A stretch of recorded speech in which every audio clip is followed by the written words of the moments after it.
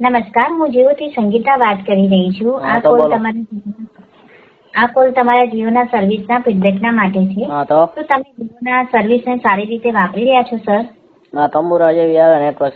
શું? જરાય સારું નથી આવતું. ઓકે, નેટવર્ક જરાય સારું નથી આવતું, એના માટે તમે કમ્પ્લેન કશું કરી તો તમે અમારા ટીમને?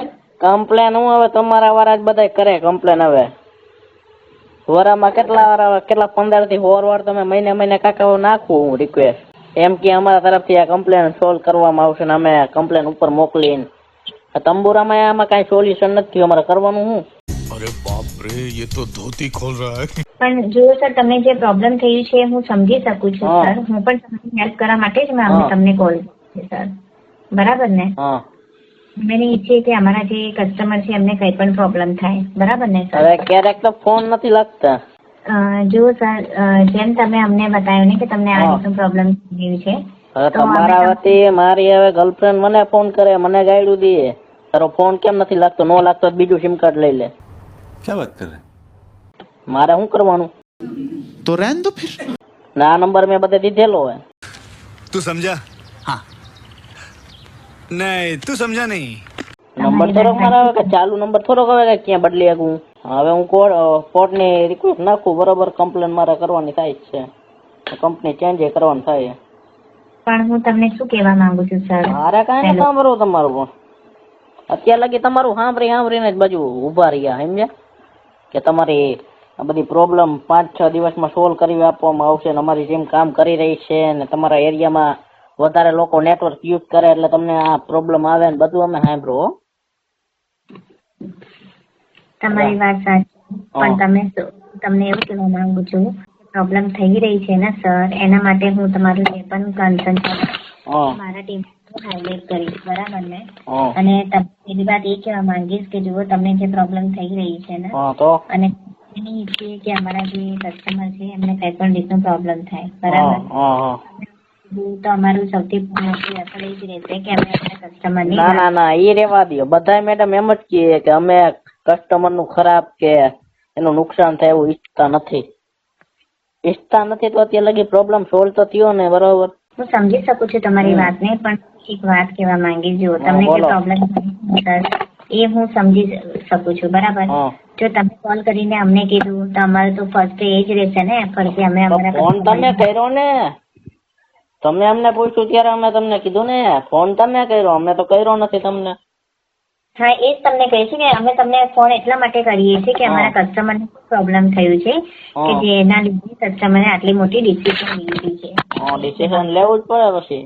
અને બીજું વસ્તુ એ કહેવા માંગી સર કે જો તમે જેમ અમને કોલ કરીને કીધું ને સર, અમારી ફર્સ્ટ પ્રાયોરિટી આ જ રહેશે કે અમે અમારી કસ્ટમરની કન્સર્નને સાંભળીને કસ્ટમરની હેલ્પ કરીએ. અમે નહીં ઈચ્છીએ સર કે અમારા જે કસ્ટમર 12 મહિનાથી હું આજ સાંભળું, રેવા દો. શું સર? 12 મહિનાથી હું આજ સાંભળું. તમે જે બધું બોલો ને, બધી મેડમ સાહેબ મને ફોન આવે ને ત્યારે બધું આવું જ બોલે. પણ સર જુઓ, તમે જેમ અમને કીધું ને સર કે તમને આ રીતનો પ્રોબ્લેમ થાય છે, તો અમે તમારા જે કમ્પ્લેન છે ને એ અમારા ટીમને અમે ફોરવર્ડ કરીશું સર.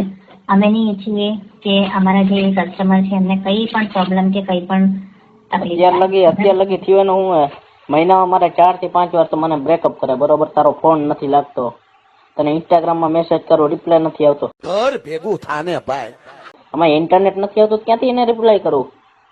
મારા મોંઘી ચોકલેટ ને બધી ગિફ્ટ દઈને મારે મનાવવી પડે, એ બધો ખર્ચો ક્યાંથી મારે કાઢવાનો? क्या बात कर रहे? સર જુઓ, તમને જે પ્રોબ્લેમ થઈ એના માટે હું સમજી શકું છું, તો નેટવર્ક માટે હું કમ્પ્લેન લઈશ. તમે મને કહો. મારે કઈ કમ્પ્લેન નથી લેવી ભાઈ, મારે ગમે એટલા દિનની વેલિડિટી પડી હોય, બરોબર? હવે હું કંપની ચેન્જ કરું, બીજું કઈ નહીં. પણ સર અમને એક મોકો તો આપો, હું 100% તમારી હેલ્પ કરીશ. તમને કેટલા 15 મોકા દીધા કાકા? હું સમજી શકું છું સર.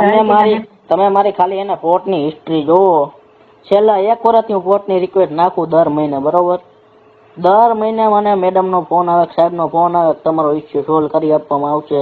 તમે 4-5 દિવસ થોડુંક રાખો, જો તમારું માઇન્ડ ચેન્જ થાય તો કંપનીમાં નો ચેન્જ કરતા, બરોબર? દર વખતે મને ફોન આવે. મારે ઘરની મોબાઈલની દુકાન, બરોબર? મને ખબર પડે ગમે સિમ કાર્ડ ની પોર્ટેબિલિટી કરીને એટલે 3 મહિના પછી જ આપણે કંપની ચેન્જ કરી શકીએ. 3 મહિના સુધી કરી નથી શકતા, 90 દિવસ, બરોબર? નવું સિમ કાર્ડ લીધું એમાં પ્લસ 4 રૂપિયા એક્સ્ટ્રા લાગે એ બધી અમને ખબર પડે. એ બધું તો તમે રહેવા જ દો, સમજ્યા? હું તમને શું કહેવા માંગુ છું સર કે તમે જેમ અમને કીધું ને સર કે આ રીતનો પ્રોબ્લેમ થાય છે તો મને તમને હવે ગાયરો દેવાનું મન થાય, ગાયરો સાંભળવી. સર જો હું તમારી મદદ કરવા માંગુ છું તે છતાં મદદ પણ તમે કરવા હું આ છેલ્લા 1 વર્ષથી મદદ જ કરો. તમે કેવી મદદ કરી અમે જોઈ, હરખી રીતે જોઈ.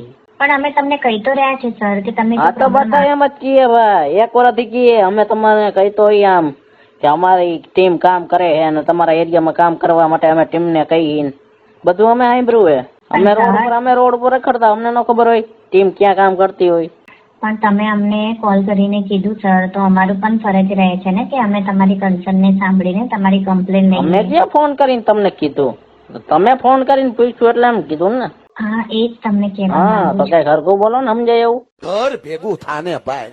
તો જુઓ સર તમે અમને કીધું કે તમને આ રીતનો પ્રોબ્લેમ થાય છે તો હું તમારું કમ્પ્લેન લઈને અહીંયા તમારી હેલ્પ કરીશ. તો જો કાંઈ વાંધો છેલ્લા 6 મહિનાના જેટલા રિચાર્જ કર્યા ને બધા મારા પેટીએમ માં નાખી દો, ફોન પે, ગૂગલ પે બધામાં નાખી દો.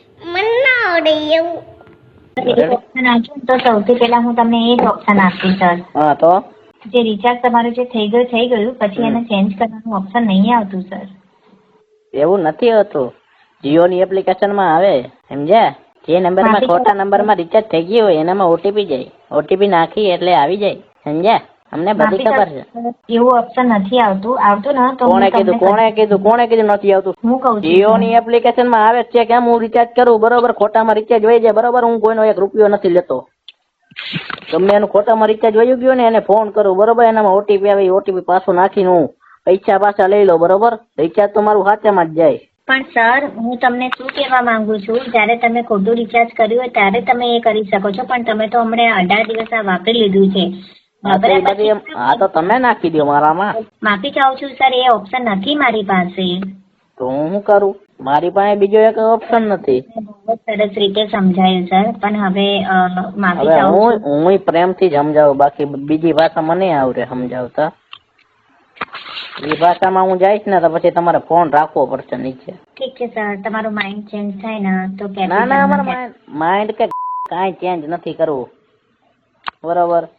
કેપિટલ ને કેન્સલ સ્પેસ તમારો મોબાઈલ નંબર મને બધું આવડે ભાઈ, નથી કરવું હમણાં.